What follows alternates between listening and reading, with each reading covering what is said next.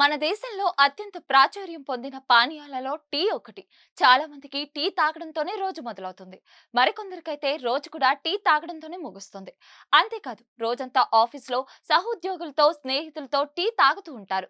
ముఖ్యంగా చలికాలంలో అయితే ఎక్కువసార్లు టీ తాగడానికి ఆసక్తి చూపిస్తారు. అయితే టీ అధిక మొత్తంలో తీసుకోవడం వల్ల పలు రకాల సమస్యలు తలెత్తుతాయని చెబుతున్నారు వైద్య నిపుణులు. టీ ఎక్కువగా తాగడం వల్ల అనేక వ్యాధుల బారిన పడే ప్రమాదం ఉంది. ఏ రకమైన టీ అయినా సరే కెఫిన్ ఉంటుంది. గ్రీన్ టీ లేదా బ్లాక్ టీ, ఎలాంటి టీ అయినా అందులో తప్పనిసరిగా కెఫిన్ ఉంటుంది. ఇది డీహైడ్రేషన్ కు కారణమవుతుంది.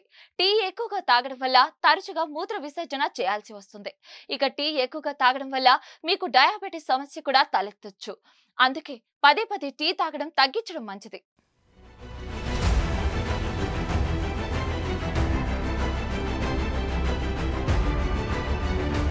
మరిన్ని వీడియోస్ కోసం ఛానల్ ని సబ్స్క్రైబ్ చేయండి. లేటెస్ట్ అప్డేట్స్ కోసం వాట్సాప్ ఛానల్ ని ఫాలో చేయండి. అండ్ లింక్ డిస్క్రిప్షన్ లో ఉంది.